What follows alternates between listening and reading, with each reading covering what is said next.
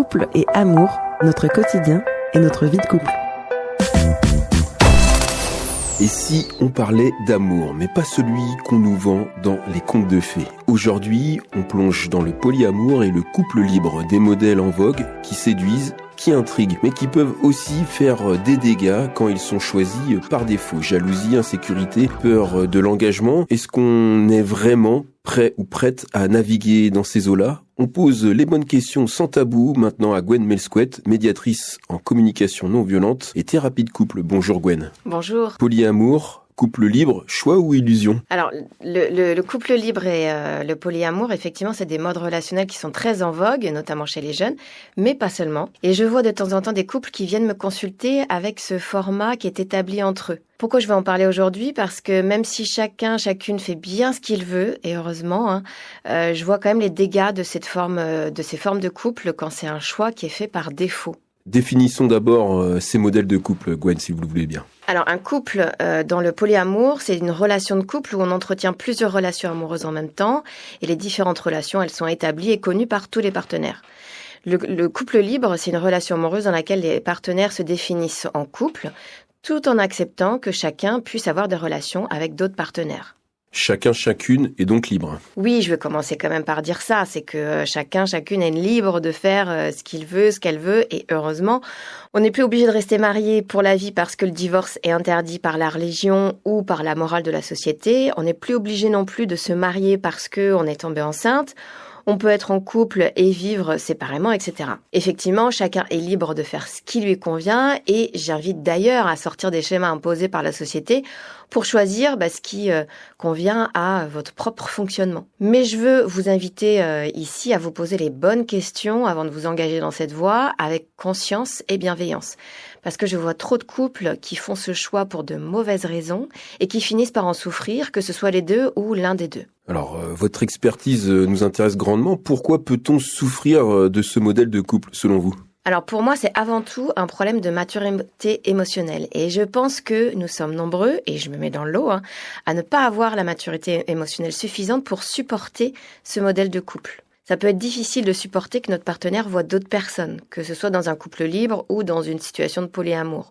On peut ressentir de la jalousie, l'impression de pas être aimé, que notre conjoint ne nous aime pas vraiment ou ne pas être important à ses yeux. Et ça peut jouer sur l'estime de soi. Donc ça n'est pas anodin et ça peut fragiliser l'équilibre d'une personne. D'autant plus que parfois, voire même souvent, l'un des deux accepte cette forme de couple proposée par l'autre pour ne pas perdre sa moitié. Donc la personne, elle va subir cette situation en espérant que l'autre va finir par là ou le choisir. Donc chacun peut comprendre que c'est pas très sain pour une relation. Quelle mauvaise raison, d'ailleurs, fait-on ce choix de couple ? Alors, je viens d'en citer une déjà, accepter cette forme de couple pour ne pas perdre la personne qu'on aime. S'agissant des personnes qui proposent le couple libre ou le polyamour, il y a souvent une peur de l'engagement. Et c'est bien compréhensible, parce que ça peut être difficile d'imaginer devoir s'engager avec une personne sans savoir si ça va marcher, si on va être heureux, heureuse, si on va pas manquer le partenaire ou la partenaire idéale. Ça peut venir aussi d'une peur de souffrir, notamment quand on a vécu une rupture ou un divorce difficile. On préfère alors se protéger. La perte de la liberté peut aussi nous amener vers le couple libre ou le polyamour. Le couple est alors perçu comme une contrainte, une perte d'indépendance, une limitation dans nos choix personnels. Et certaines vont vers ce type de couple par manque de confiance en soi. C'est là aussi une forme de protection pour éviter d'être confronté à la peur de ne pas être à la hauteur et de ne pas être assez aimable. Quand on a vécu aussi un modèle familial qui est instable, on peut également être craintif à l'idée de s'engager dans une voie qui est synonyme pour nous de souffrance. Gwen Melsquet, thérapeute de couple, quelles questions se poser pour être sûr de son choix ? En voici une petite liste. Qu'est-ce que je veux vivre dans le couple libre ou le polyamour ? Qu'est-ce que je cherche à éviter ? Est-ce que j'ai un modèle parental instable ? Est-ce que j'ai des expériences amoureuses douloureuses ? Est-ce que je peux, selon moi, rendre heureuse une personne ? Est-ce que je crains de perdre ma liberté avec un couple classique ? Est-ce que j'ai peur de souffrir si je m'engage dans un modèle de couple classique ?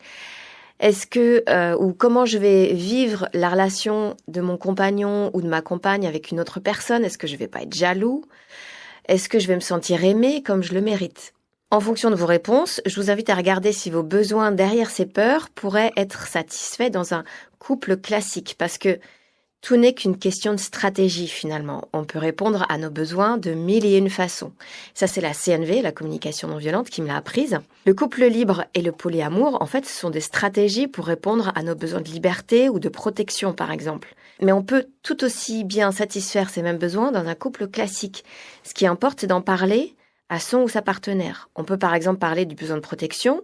Bien sûr, on peut déjà travailler sur soi et sur ses blessures. Et je vous invite aussi à clarifier en tout début de relation les besoins et les valeurs qui sont incontournables pour chacune, pour limiter les risques de rupture. Projet de bébé, vie à l'international, rapport au travail, valeurs politiques ou éthiques. Plus on clarifie ce qui importe pour l'autre, plus on peut s'engager sereinement dans une vie de couple avec l'idée qu'on partage les valeurs et les envies essentielles. Couple et amour, c'est votre chronique. Gwen Melsquet, on le rappelle, vous êtes thérapeute de couple et médiatrice en communication non violente. La chronique que vous avez développée était sur le polyamour et couple libre. On pouvait retrouver l'intégralité de vos chroniques sur le site de Radio Laser et sur toutes les plateformes de podcast. À très bientôt. À bientôt.